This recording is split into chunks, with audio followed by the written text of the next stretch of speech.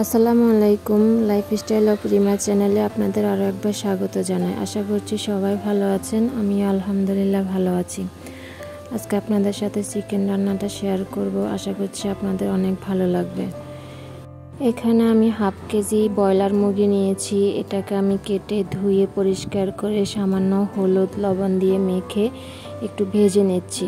ভাজি করলে মাংসটা খেতে ভালো লাগে, যেহেতু ব্রয়লার মুরগি এভাবে রান্না করলে অনেক মজা লাগে খেতে।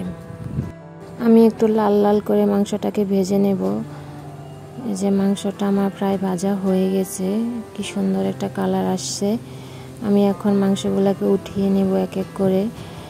এরপর আমি আগে থেকে 2টা টমেটো, 1 কাপ পেঁয়াজ, আদা রসুন 2 টেবিল চামচ আমি আগে থেকে ব্লেন্ডার করে রেখেছি।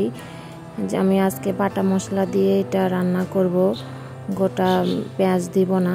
এখানে আমি কিছুটা আস্ত মশলা দিয়ে দিলাম। এরপর এটাকে আমি নেড়ে চেড়ে অনেকক্ষণ ধরে কষিয়ে নেব।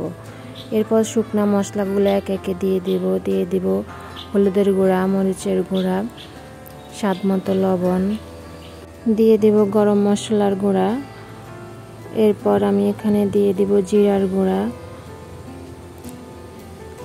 এখন আমি এটাকে ভালোভাবে কষিয়ে নেব তেল ছেড়ে দেওয়া পর্যন্ত।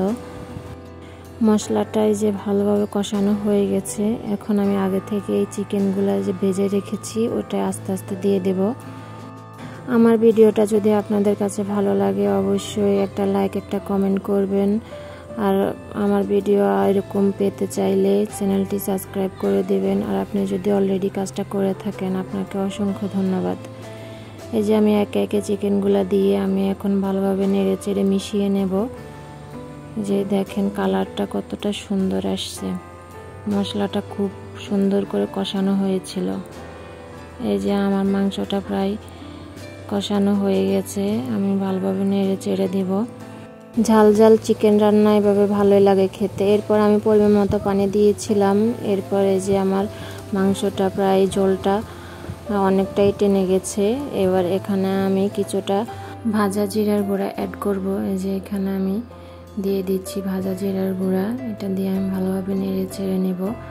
এই যে যারা ব্রয়লার মুরগি খেতে একদমই পছন্দ করেন না তারা এভাবে ট্রাই করতে পারেন। আশা করছি আপনাদের অনেক ভালো লাগবে। এই যে এই ক্ষেত্রে দেখেন আমার মাংসটার ঝোল একদমই মাখা মাখা হয়েছে, দেখতে খুব লোভনীয় লাগছে। আমার রান্নাটি যদি আপনাদের কাছে একটুও ভালো লেগে থাকে অবশ্যই চ্যানেলটি সাবস্ক্রাইব করে পাশে থাকবেন এরকম ভিডিও পেতে।